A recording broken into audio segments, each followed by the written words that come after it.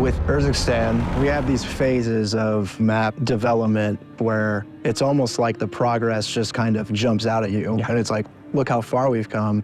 Did you have any moments like that? I think the biggest turning point for me, we hit that balance of density versus openness that we could support these different game styles.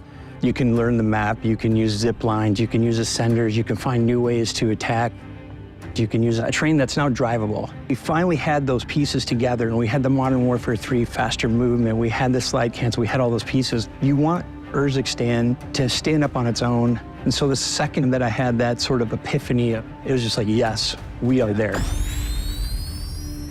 The map development of Urzikistan is so large. It's a massive undertaking from a massive amount of talented people that really care. To start, we have pre-production, and that includes where do we want to go, what map do we want to do, how big do we want to make it, what did people really like? You know, we're looking online, we're looking at consumer sentiment, and it kind of just expands from there into our design team. And they're starting to do blockout. In the blockout portion, how much of it is just core multiplayer learnings?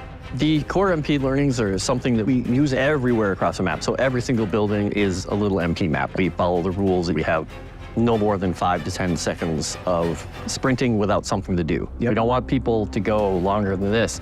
And in case people are feeling like the circle's pinching them, that's when we put these in. We have to make sure that each one of them has its own uniqueness. Art direction will give us a concept of it.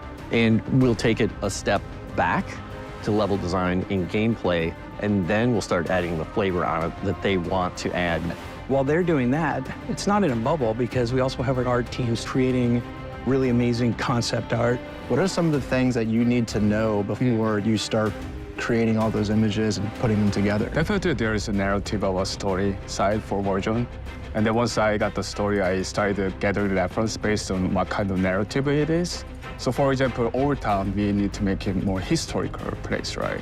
So maybe underneath the foundation can be stone bricks. Based on general guidance, you can see the brick material underneath. Right. And then they build the top of the building. I had a lot of communication with art direction to make sure that we could see how can we continue this type of art language. How can we push this for the player, right? Is this area something that the player can get into? You know, like all the different ways that players can enter and traverse between these buildings. What I love about Urzikistan is that we've had this incredibly creative group of people that are passionate about what they do.